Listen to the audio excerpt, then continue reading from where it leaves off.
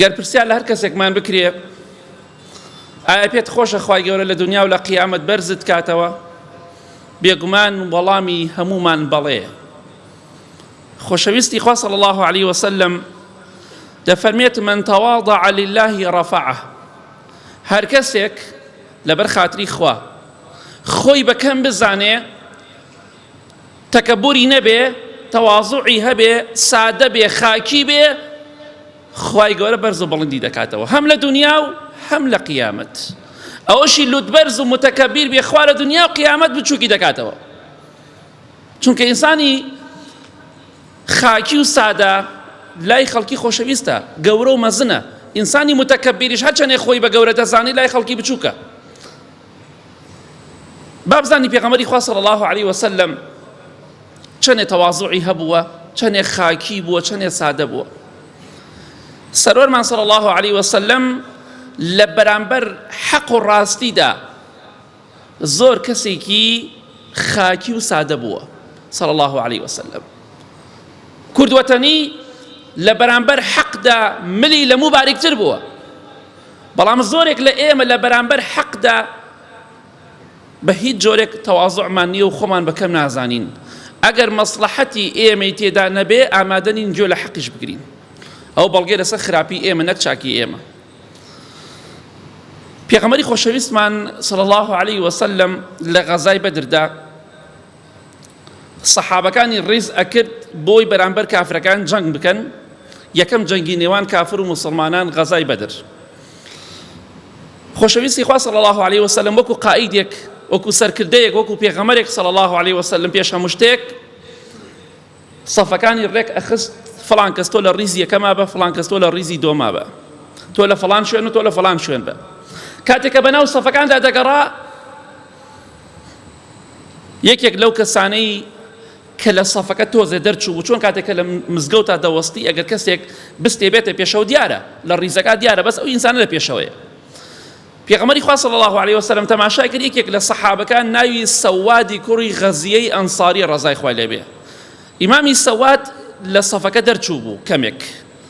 پێغەمبەری خوایش صلی الله عليه وسلم تیرێکی پێ بوو، هەر تیرێک بەدەستێ و بە لە جاتی چۆن وەک دارێ شتێک ئاوا دای لە سکی سەواد فەرمووی ئەی سەواد ڕێک ڕاوەستە.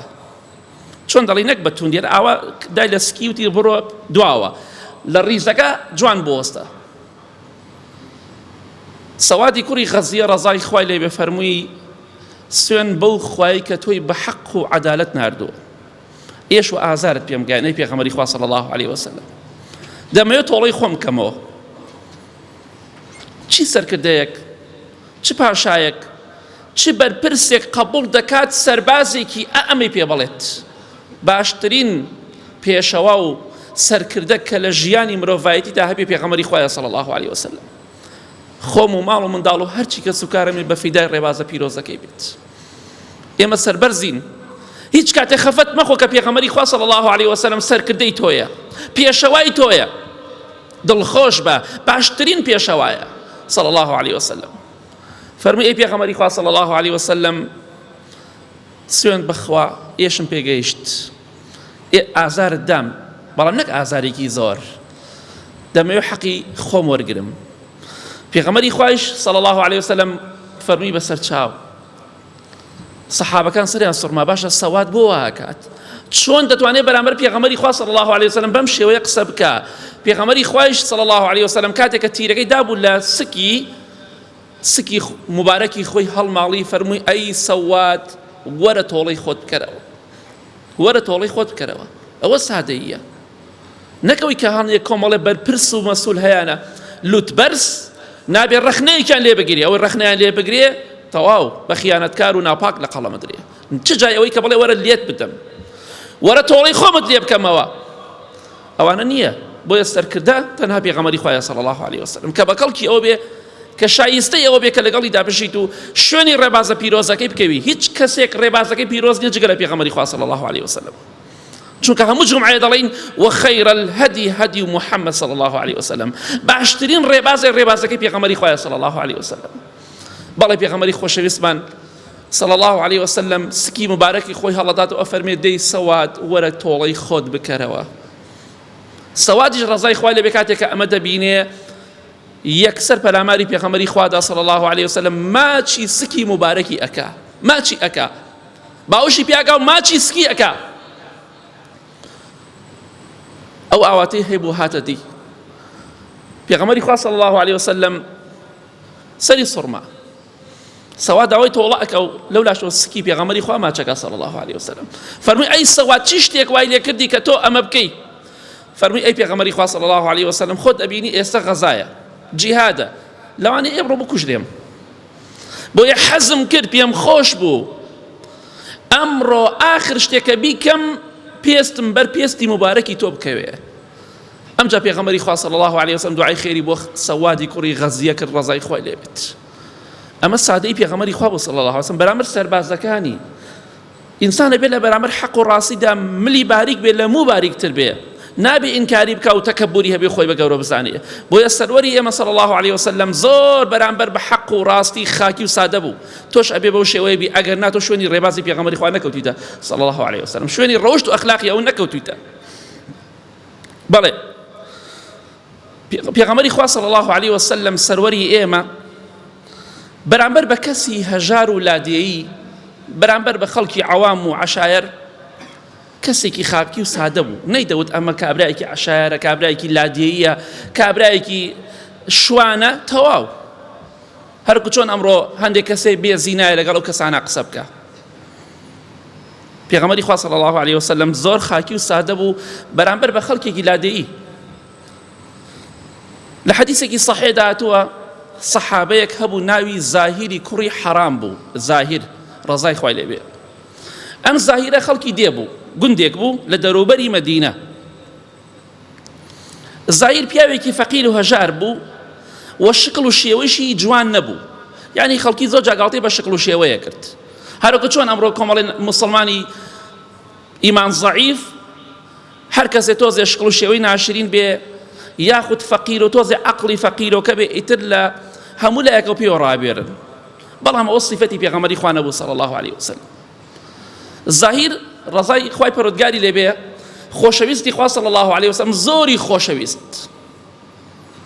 بەڵێ ڕۆژێکان چۆ ناو بازاڕ و پێغەمبەری خوا صلی الله عليه وسلم، ئەمە خاکی و سادەییە. ئینسان ئەبێ ئاگاداری خۆی بێت. تەکەبور ملی ئیبلیسی شکاند، بەڵام ئەمڕۆ خەڵکی شانازی پێوە دەکات. هەو کێشەکەیە شانازی بە شتێک بکەی بۆ هۆکاری سەرشۆڕی و ڕسوایی ئیبلیس هەتا ڕۆژی قیامەت و لە قیامەتیشە. تۆ شانازی پێ بکەیت و بە صیفەتی خۆتی بزانیت پەنا بەخوا، ئەوە زۆر خەتەرە. بەڵێ پێغەمبەری خوا صلی الله عليه وسلم زاهیری کوڕی حەرامی بینی دە بازاڕا بوو، پیاوێکی فەقیری هەژار هاتووە لە بازاڕ، هەندێک شتی کڕیوە لە لادێ لە گوندەکەی خۆیان هێناوێتی بۆی لە شار ساغی کاتەوە بیکاتە پارە. چۆن جاران باو باپیری ئێمە شتیان هێنا لە دەشتەوە لە گوندەوە بۆی لە شار بیفرۆشن و هەنێشتی پێ بکڕن. خەریکی معاملە بوو، شتەکانی ئەفرۆشت لە پڕێ کاتێکی زانی یەکێک لە پشتەوە گرتی. ها چۆن کەسێک لە ئێمە سەحابەتەکان لەگەڵ کەسێکا چاوی ئەگرێ یاخود لە پشتەوە ئەیگرێ بۆی نەزانێ. زاهیری کوڕی حەرام ڕەزای خوای لێ بێ تەماشای کرد، پیاوێک گرتی لە پشتەوە بەتونی، وتی بەرم دە تۆ کێی؟ ئاوا لای کردەوە تەماشای کرد پێغەمبەری خوایە صلی الله عليه وسلم. ئەوە سادەییە. سەروەری شاری مەدینە صلی الله عليه وسلم، سەرکردەی شاری مەدینە هاتووە سوحبەت دەکات بۆی دڵی ئەم پیاوە خۆش کات کە خەڵکی ئەڵێن پیاوە ناشرینە چییە؟ بەهەشت بە جوانی ناشرینی نییە، دۆزەخیش بە هەمان شێوە. بەڵێ زاهیری کوڕی حەرام ڕەزای خوا لێ بێ کاتێکە دەزانێت پێغەمبەری خوایە صلی الله عليه وسلم حەز ناکە پشتی لە سینگی بکاتەوە، زۆری پێخۆشە بێ. ئەمجا پێغەمبەری خوا صلی الله عليه وسلم سوحبەتێکی لەگەڵاکە، قسەیەکی خۆشی لەگەڵاکە، دەفەرمێ کێ ئەم عەبدە ئەکڕێ؟ کێ ئەم عەبدە ئەکڕێ؟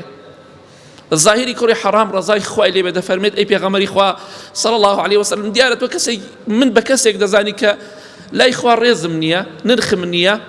پێغەمبەری خوا فەرمی صلی الله عليه وسلم تۆ لای خوا زۆر بەڕێز و گەورەی بەخوا. ئەی زاهیری کوڕی حەرام، من بەس بە خۆشی وام پێوتی، بەس سوحبەت وا دەڵێم، بێگومان هەمومان عەبدی خوای، بەڵام لای خوا تۆ زۆر گەورە و مەزنی لای خوای پەروەردگار، زۆر بەڕێز و بە حورمەتی. ئەوە سادەی پێغەمبەری خوا بۆ صلی الله عليه وسلم. دڵی پیاوێ خۆشەکە لادێیەکە هاتۆ بۆ شاری مەدینە دڵی لە خۆی دانەمێنێ بەڕێزترین و گەورەترین و مرۆڤی سەر زەوی صلی الله عليه وسلم سەحابەتی لەگەڵاکە و قسەی خۆشی لەگەڵاکە بۆی دڵخۆش بێ توخوالەوە خۆشتر هەیە توخوالەوە سەربەرزیتر هەیە کە پێغەمبەری خوا صلی الله عليه وسلم خۆشتی بێ و سەربەرزی ئەو پەڕی سەربەرزیە بۆ تۆ کە ڕێزت لێ بگرێ و سەحابەتە لەگەڵا بکە بۆیە پێغەمبەری خوا صلی الله عليه وسلم کەسێکی سادە و خاکی بوو بۆیە خوای گەورە هەڵی بژارد تۆش ئەگەر شوێن کەوتووی ئەوی دەبێت سادە بی خاکی بیت تەواضوعتە بێ خۆت بەکەم بزانیت تۆ لای خوای گەورە زۆر گەورەی ئەی زاهیر زۆر بەڕێزی بێگومان بەلەوە سەرۆرمان صلی الله عليه وسلم کەسێکی خاکی و سادە بوو لە بەرامبەر ئەوەی کەسێکی فەقیر و هەژار دعوەتی بکردایە بەڵێ ئیمامی عەبدوڵڵای کوڕی عەباس ڕەزای خوای لێ بێ دەفەرمێ وەیوجیب دعوة المملوك على خبز الشعير پێغەمبەری خوا صلی الله عليه وسلم جاری وا بۆ کابرایەکی کۆیلە عەبدە بۆ جاران لە شاری مەدینە هەموو شارەکاندا کابرایەکی عەبد بووە کۆیلە بووە کۆیلەی خەڵک بووە بانگی کردووە فەرموویەتی ئەی پێغەمبەری خوا صلی الله عليه وسلم وەرە بۆ ماڵی ئێمە دعوەتی منی نانی جۆت ئەدەمێ بەس نانی جۆ هەموو خواردنگە نانی جۆیە نەک نانی گەنمیش پێغەمبەری خوا صلی الله عليه وسلم دەچوو بۆ ماڵی ئەو عەبدە لەوێ دائانیشت نانی جۆی دەخوارد لەگەڵ ئاو لە هەر شتێکترا بووایە ئەمە سادەیی و ساکاری پێغەمبەری خوا بوو صلی الله عليه وسلم ئەمە خاکێتی پێغەمبەری خوا بوو صلی الله عليه وسلم تۆش دەبێ بەم شێوەیە بی بەڵام سوێن بەخوا ئەمڕۆ نەفەرێ دعوت بکەی نەک نانی جۆ بەس برنج و شرێ بەرێ سادەی بەرێ سوێن بەخوا کردوەتەری تەپڵ و بۆ کوتی حیاتە بەناو خەڵکە چون ماڵی فڵان کەس بە پیاومی نەزانی شلە برنجی داپێم شتی سوورەکراوەی داپێم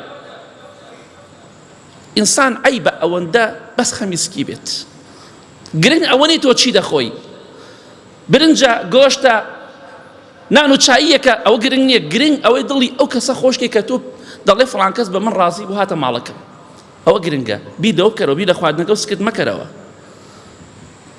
وەڵڵا چون ماڵی فڵان کەس وەڵڵاهی جارێتن ناچمە ماڵەکەی لەبەر ئەوەی خواردنی سادەی داپێم باوەڕم پێ یەکەن موسڵمانێکەیە خۆی باسی کرد وتی چەند جارە چوومەتە ماڵێک خواردنی باشی داوا پێم جارێتە چوومەتە ماڵەکەی ساوەری داوا پێم تەرکی ماڵیانم کردو ئەمە ئینسانە ئینسانی تەواضع و خاکی و سادی بەم شێوەیە بێ وەڵڵا چاکی دەناسم لەبەرەوەی فەقیرە جارێ ساوەری داوا پێی تاوا تەرکی ماڵەکەی کرد بەداخەوە خەڵکی گەشتۆتە حەدێکی ئاوا ئەگە زۆرێک لەوانەیە لە بیرمان بێ ئەوانەی کە تەمەنێکیانەیە یا بیستوشمانە لە ساڵی هەتا حەفتەکان و شەستەکان و ئەو ناوانەیش زۆر جار کە خەڵکی ژنی دەهێنا دایکی ئێمە کاتێکە شووی کردووە یان نەنکمان شووی کردووە بەخوا زۆر جار کاتێ دعوەتەکران بەس خورماڕۆنیاندا پێیان لە حەفتەکانشا خەڵکە زانم شووی کردووە ئەڵێ دعوەتی بووکزاوین خورماڕۆن بووە ئەمە باو باپیری تۆیە ئەمە نەنک و داپیرەی تۆیە ئیتر ئەم لوتبەرزیە چییە بە ساوەر ڕازی نابی و بە برنج و شلە ڕازی نابی جارێ وەشەیە بەس زاوایان بانگ نەکرد بەس بووکەکەیان بانگ کرد خورماڕۆنێکیان بۆ کرد و تەواو خوا نەیبڕێ پێغەمبەری خوا صلی الله عليه وسلم زۆر سادە بوو بچمە ماڵی کۆیلەیەک شتی وا بۆ من نابێ ئەوە صیفەتی پێغەمبەری خوا نەبوو صلی الله عليه وسلم ئەوە صیفەتی ئینسانی متەکەبیرە سادە بوو خاکی بژی خۆشترین ژیان گەورەترین سەرۆت و سامانەوەی ئینسان بە خاکی و سادەیی بژی نەک بە تەکەببوور و خۆ بە زرزانینەوە یا ڕەبی خوا لە گوناهکانمان خۆشبی خوایان لەو تەواضوعی کە بە پێغەمبەری خوا صلی الله عليه وسلم بە سەحابە و پیاوچاکانت بەخشی و ئێمەشی لێ بێ بەشنەکە یا ڕەب العالەمین